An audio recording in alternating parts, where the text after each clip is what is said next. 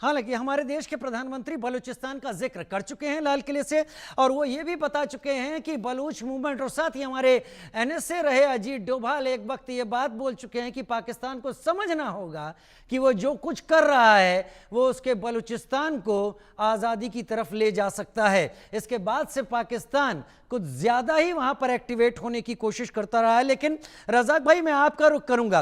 पहली बात तो मेजर जनरल सुधाकर जी का एक्सप्लेनेशन आपको कितना यहाँ पर माकूल लगता है, और दूसरा, पाकिस्तान के लिए बलूचिस्तान ने या बलूचिस्तान के लड़ाकों ने या बलूचिस्तान के लोगों ने अब नो फ्लाई जोन कर दिया है बलूचिस्तान को, इसे कैसे इंप्लीमेंट करेगा बीएलए? क्योंकि अगर ये इंप्लीमेंट होता है जैसा माजिद ब्रिगेड का नाम लिया है अभी मेजर जनरल सुधाकर जी ने, तो ये एक टर्निंग पॉइंट होगा। सबसे पहले मैं तो जनरल साहब का शुक्रिया अदा करता हूं कि उन्होंने जिस तरह से एक्सप्लेन किया है और काफ़ी चीज़ों को हाईलाइट किया है।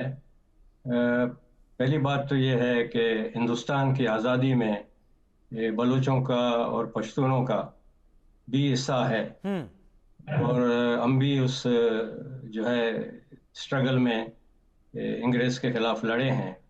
इसी तरह जो है गफ्फार खान ने कहा था कि आपने हमको बेड़ियों के हवाले कर दिया है। तो पश्तूनों के साथ जो ज्यादती हो रही है, बलूचिस्तान के साथ जो ज्यादती हो रही है, तो हिंदुस्तान को इस तरफ भी देखना पड़ेगा।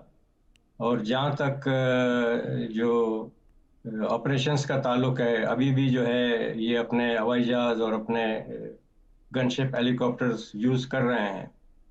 तो हम उम्मीद करते हैं, हम तो ये होप जो है अभी जनरल साहब ने दिलाया है कि कोई भी मुल्क जो है हमें उस तरह का हथियार दे कि हम इनके हवाई जहाज को भी गिरा सकें और हेलीकॉप्टर को भी गिरा सकें।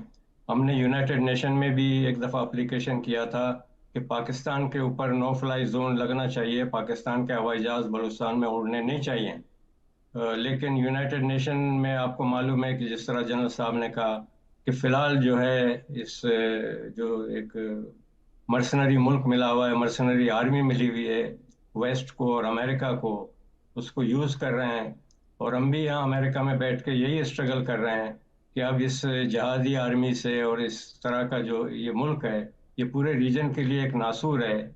उसको जो है हमारी बात सुननी चाहिए, यूनाइटेड नेशन को हमारी बात सुननी चाहिए, ताकि यहाँ पर एक पीसफुल रेजोल्यूशन निकले। ना हमारे बच्चों की लाशें गिरें, ना हम उनके बच्चों की लाशें गिराना चाहते हैं, लेकिन ये जहादी आर्मी जो है ये पैसा बनाने के लिए ये अंधे हो चुके हैं। ये इस बात को नहीं देखते हैं कि कितने लोग उनके मर रहे हैं, कितने बलूच मर रहे हैं।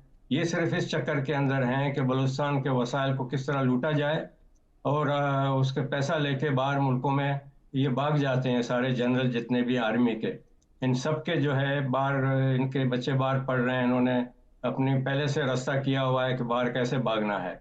लेकिन अब ये जो है बलूचिस्तान के लोग जो हैं उन्होंने भी अब ये किया हुआ है, जैसे कि लास्ट टाइम जो एक जनरल साहब बैठे हुए थे कि क्विट इंडिया मूवमेंट एक ज़माने में चला था।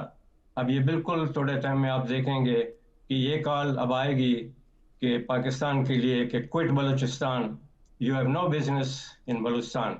बलूचिस्तान जो है वो बलूचिस्तान के लोगों का है, और उसके जो वसाइल हैं उनको बलूच अपने लिए यूज़ करेगा, अपने एजुकेशन के लिए यूज़ करेगा। इन्होंने हमारे सारे इंस्टीट्यूशन तबाह कर दिए हैं, ना हमें तालीम हासिल करने देते हैं, ना हमें ये जीने देते हैं। और आज के 21st सेंचुरी में यूनाइटेड नेशन ने आंख बंद की हुई है, और दुनिया के दूसरे जो सिविलाइज्ड मुल्क हैं उन्होंने आंख बंद की हुई है।